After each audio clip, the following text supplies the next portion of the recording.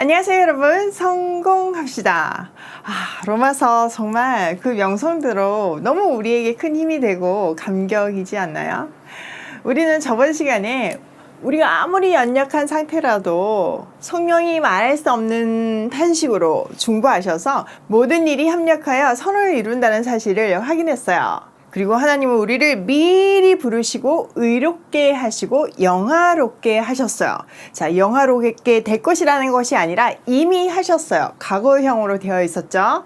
이제 그 말의 실제적인 의미를 설명하는데요. 그 핵심은 하나님이 우리를 위하신다는 거예요. 자, 31절. 그런즉 이 일에 대하여 우리가 무슨 말 하리요? 만일 하나님이 우리를 위하시면 누가 우리를 대적하리요? 앞의 내용의 결론이 하나님이 우리를 위하신다는 거예요. 하나님께서 우리를 위하시는데 누가 우리를 대적할 수 있냐는 거죠. 그뿐만 아니라요. 하나님은요, 우리의 필요를 공급해 주시는 분이세요. 32절, 자기 아들을 아끼지 아니하시고 우리 모든 사람을 위하여 내주신 이가 어찌 그 아들과 함께 모든 것을 우리에게 주시지 아니하겠느냐. 하나님은요, 가장 소중한 독생자를 아끼지 않으시고 우리 모두를 위해서 내주심으로 해서 그의 사랑을 확증하셨어요. 가장 귀한 것, 사랑하는 아들을 아끼지 않고 우리에게 내주신 분이 어떻게 다른 것을 안 내주시겠냐는 논리죠. 뭐가 아깝겠냐는 거예요. 이렇게 하나님은요, 모든 것을 풍성히 주시는 분이세요. 문제는요, 우리가 그것을 받을 믿음이 없고 심지어는 구하지도 않고 또 구하기는 하는데 잘못된 목적을 가지고 구하고 잘못된 적용을 하기 때문에 문제가 생기는 거예요. 우리가 이렇게 부족하고 간구조차 못하는 그런 연약한 존재지만요, 아무도 우리를 정죄할 수 없다고 말하는데요. 33절, 누가 능히 하나님께서 택하신 자들을 고발하리요? 의롭다 하신 이는 하나님이시니 누가 정죄하리요? 죽으실 뿐만 아니라 다시 살아나신 이는 그리스도 예수시니 그는 하나님 우편에 계신 자요 우리를 위하여 간구하시는 자신이라. 하나님이 전능하시잖아요. 우주 만물을 창조하신 전능자시잖아요. 그러니까 그분이 택하고 의롭다 한 사람을 누가 감히 고발할 수 있겠냐는 거죠. 그리고 정죄할 수도 없대요. 여기서 정죄는 단순히 책망이나 비난이 아닌 영원한 형벌에 처하는 단호한 형의 확정의 의미예요. 이 정죄를 하는 고발자가 있죠. 그게 바로 사탄의 역할이에요. 사탄은요, 우리에게 늘 그 죄의식을 넣어주고 계속 고발해요. 아니, 네가 지금 이런 일을 하고도 하나님을 믿는다고? 이런 모습으로 교회를 간다고? 아니, 이런 위선으로 지금 그리스도인이라고 얘기하는 거야? 말씀을 공부하는 거야? 말씀 공부해봤자 아무 소용없어. 네 모습을 봐. 하나도 변하지 않잖아. 뭐? 네 실력으로 말씀을 가르친다고? 이게 늘 사탄이 우리한테 하는 얘기잖아요. 여러분, 진짜 우리가 아무리 죄인이라도요, 교회 가야 돼요. 죄인이니까 교회를 가는 건 거죠. 그러니까 교회는 사실 시험 들 수밖에 없어요. 아픈 사람들이 다 모이고 죄인들이 모였으니까요. 예수님도 그랬잖아요. 아픈 사람이 의사가 필요하다고요. 여러분, 사탄은요, 하나님과 우리 사이를 정말 갈라놓기 위해서 모든 전략을 다 세우고 실행하고 있어요. 선악과를 떠올려 보세요. 우리의 연약함을 탁 치고 그렇게 들어온다니까요. 하나님이 없다고, 말씀이 없다고 얘기하지 않아요. 아주 교묘하게 우리의 생각을, 마음을 뺏어가고 교란시켜서 정확한 판단을 할 수 없게 만들어요. 그래서 그 기준인 말씀을 연구하는 것이, 공부하는 것이, 제대로 아는 것이 굉장히 중요하고요. 사실 저도요, 말씀을 가르치는 일에 대해서 흔들릴 때가 많았어요. 솔직히요, 지금도요, 제가 이 엄청난 말씀을 전하는 것이 두렵고 떨려요. 제가 늘 시간이 쫓기면서 살잖아요. 그냥 요만큼 지금 연구해가지고 이거 전하는 거 맞을까? 이런 생각이 들기도 하고요. 어떨 때는 진짜 한 6시간 연구했는데 5줄이야. 막 이럴 때, 진짜 이거 맞나? 이런 생각이 들기도 하고요. 그럴 때마다 제가 엎드려 기도하면요, 하나님은 언제나 제 마음 가운데 나는 내 모습 그대로 너를 통로로 쓰고 있단다. 네가 씨만 뿌리면 내가 자라게 하고 열매 맺게 할 거야. 걱정하지 마. 네가 부족하기 전에도 내가 그 안에서 성령이 완성해서 깨닫게 해줄 거야. 걱정하지 마. 내 딸아, keep going. 이게 언제나 하나님의 대답이었어요. 사단이 저를 고발할 때마다 제가 그만두었다면 이렇게 귀한 여러분들을 만날 수가 없었겠죠. 오이 패밀리도 없었겠죠. 보육원 사역도 없었겠죠. 정말 있을 수가 없는 일이에요. 그러니까 우리가 사단의 정죄에 넘어가면 안 되는 거예요. 자, 34절. 누가 정죄하리요? 죽으실 뿐 아니라 다시 살아나신 이는 그리스도 예수시니 그는 하나님 우편에 계신 자요 우리를 위하여 간구하시는 자신이라. 우리를 정죄할 수 없는 근거는요, 그리스도 예수께서 우리를 위해서 그 모든 정죄를 다 받으시고 죽으신 후에 다시 살아나셔서 하나님의 보좌 우편에 앉으셔서 우리를 위해서 대신 간구해 주시기 때문이에요. 여러분, 성령께서 우리 안에서 간구해 주시고 예수님께서 보좌 우편에서 간구해 주시는데 우리가 뭘 못하겠어요? 우리가 뭐 바랄 것이 더 있겠어요? 주 안에 있는 우리 삶의 여정이 얼마나 안전하고 복된지를 증거해 주고 있어요. 자, 35절. 누가 우리를 그리스도의 사랑에서 끊으리요? 환난이나 공고나 박해나 기근이나 적신이나 위험이나 칼이랴. 그러므로 우리를 그리스도의 사랑에서 끊을 수 있는 자가 아무도 없어요. 그 어떤 것도 그리스도의 사랑에서 우리를 분리해낼 수가 없어요. 그것을 강조하기 위해서 바울은 질문형으로 했잖아요. 누가 우리를 그리스도의 사랑에서 끊으리요? 그리고 그 뒤에 끊을 수 있는, 우리가 상상할 수 있는 모든 것들을 나열해요. 환난, 공고, 박해, 기근, 적신, 위험, 칼이요. 그 어떤 것도 그리스도의 사랑에서 우리를 분리할 수 없다는 거죠.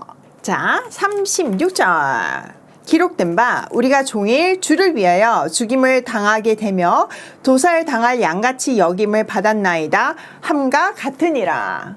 자, 여기서 시편 44장 22절을 인용하는데요. 우리는 주를 믿음으로 해서 주님 때문에 종일 죽음을 당하는 것 같은 환난을 받을 수도 있고요. 도살 당하는 양과 같이 여김을 받을 수도 있다고 말하고 있어요. 그리스도인으로 산다는 것은요, 세상에서 꽃길이 아니라 죽을 것 같은 고난이 동반한다는 것을 분명하게 알려주고 있는 거죠.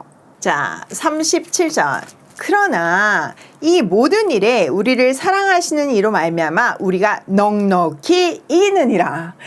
저는 이 말씀이 너무 좋아요. 우리를 죽기까지 사랑하시는 그분의 사랑으로 말미암아 그분의 사랑을 힘입어서 이 모든 일에서 넉넉히 이긴다는 얘기죠. 넉넉히 이긴다는 것은요, 아슬아슬하게 턱걸이로 이긴다는 말이 아니에요. 넉넉히 이긴다는 거고요. 또 이거는 단순히 승패를 얘기하는 것도 아니에요. 최상급의 영광스러운 승리를 말하고 있어요. 십자가의 사랑으로 넉넉히 이긴다는 말이죠. 십자가의 사랑으로 최고 승리를 한다는 거죠. 저는 정말 이것을 경험하고 있어요. 넉넉하게 이긴다는 건요, 세상의 원리하고는 좀 다른 이야기예요. 예를 들어서 저희 회사에 믿지 않는 직원들이 있어요. 회사는 일을 하는 곳이잖아요. 그래서 그 일에 적합한 사람을 저는 뽑았어요. 그렇지만 이 사람들은 저에게 맡겨주신 영혼이라는 생각을 한 번도 버린 적이 없어요. 그 직원들은 예수님을 저를 통해서, 저의 삶을 통해서 소개받을 수밖에 없잖아요.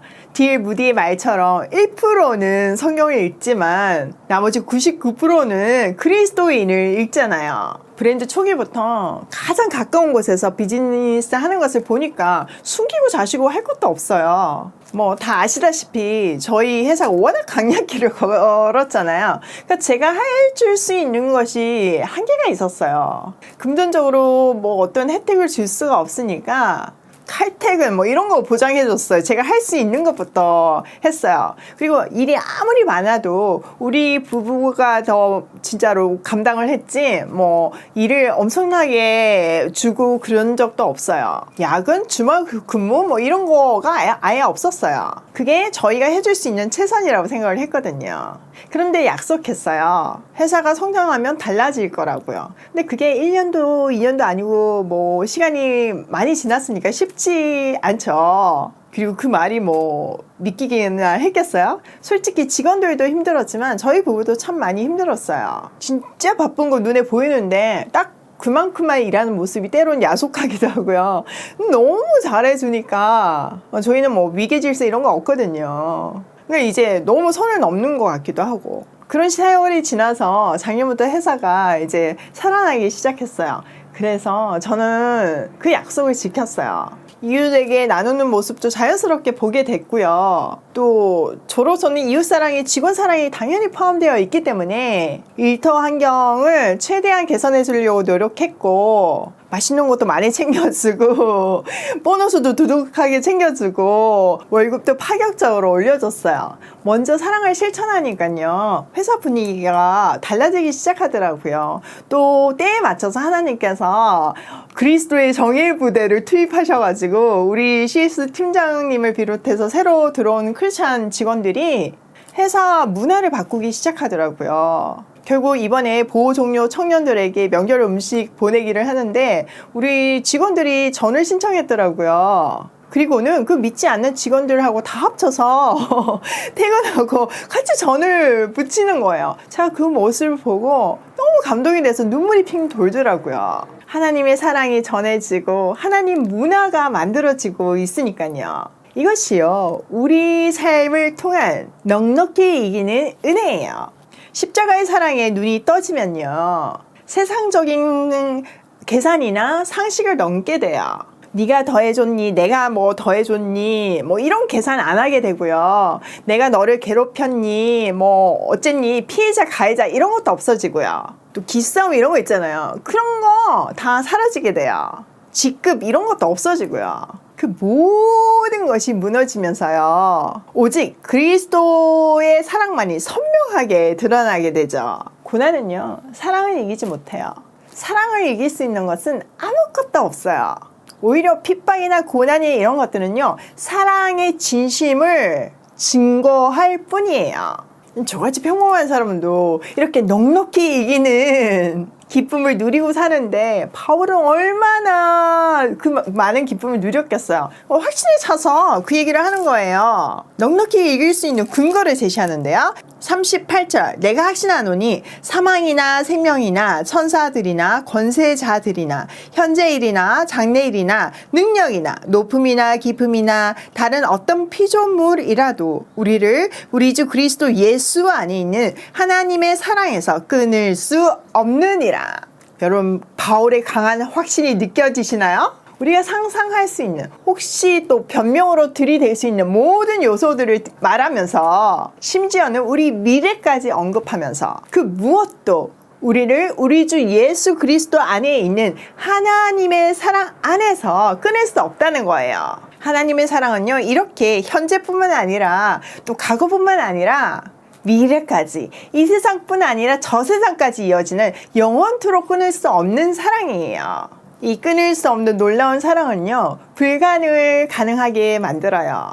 기적을 만들어내죠.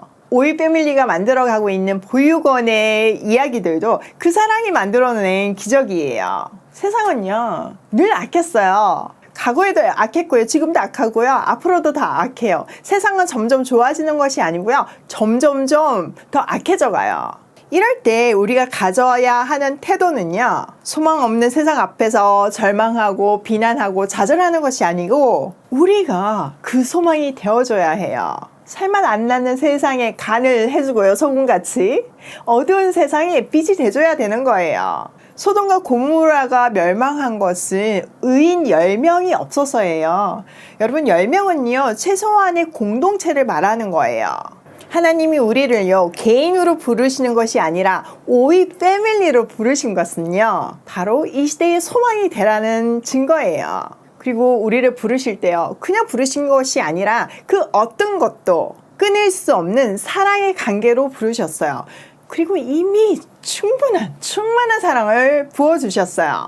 여러분, 우리가 로마서를 통해서 그 사랑을 얼마나 주셨는지 그 사랑의 증거도 계속 확인하면서 왔잖아요. 그러니까 이제 더 이상 저도 사랑해주세요 이런 거 하지 말기로 해요. 사랑 보여주세요 이렇게 징징대지 말고, 이제는 그 사랑을 받은 사람답게 마음과 뜻과 의지를 다해서 목숨을 다하는 사랑을 보여내야 해요. 사람 사이의 사랑도 숭고하잖아요. 근데 이 목숨을 다하는 목숨값으로 받은 이 위대한 사랑, 그리고 그 사랑을 반사해내서 목숨을 다하는 우리의 사랑, 너무 아름답지 않나요? 사랑은요, 일방통행이 아니라 양방향으로 개통될 때 완성이 되는 거잖아요. 이제는 하나님 혼자 영원한 짝사랑하게 하시지 마시고요. 그 짝사랑에서 시작된 사랑을 완성해 가는 우리가 됐으면 좋겠어요. 자, 오늘 내용을 우리 삶에 한번 적용해 보면요. 첫 번째, 하나님은 영원한 내 편이다. 그 누구도 나를 대적하거나 정죄할 수 없어요. 하나님의 그 사랑을 확신하면서 담대하게 살아갔으면 좋겠어요. 눈치 보지 말고요. 두 번째, 성령뿐만 아니라 예수님도 보좌 우편에서 우리를 위해서 간구하고 계신다. 여러분, 우리는요, 성령 하나님과 성자 예수님의 기도로 완성되는 인생임을 기억하기로 해요. 진짜 생각만 해도 너무 든든하지 않나요? 뭐 기도가 쌓인다 이런 말이 있잖아요. 근데 그런 거 부러워하지 않아도 돼요. 내 주위에 다 믿지 않는 사람이라 할지라도 성자 하나님과 성령 하나님이 나를 위해서 중보해 주시는데 뭐가 더 필요한가요? 세 번째, 하나님의 짝사랑을 이제는 완성해 가는 우리가 되자. 여러분, 이제 사랑을 완성해 갈 차례예요. 그 모든 여건을 다 주셨어요. 그리고 그 사랑은 그 어떤 것도 하나님의 사랑에서 우리를 끊어낼 수 없기 때문에 우리는 세상을 넉넉히 이길 수 있어요. 오늘도 영원한 내 편이 계심을 기억하고 그 사랑 안에서 고고싱해요.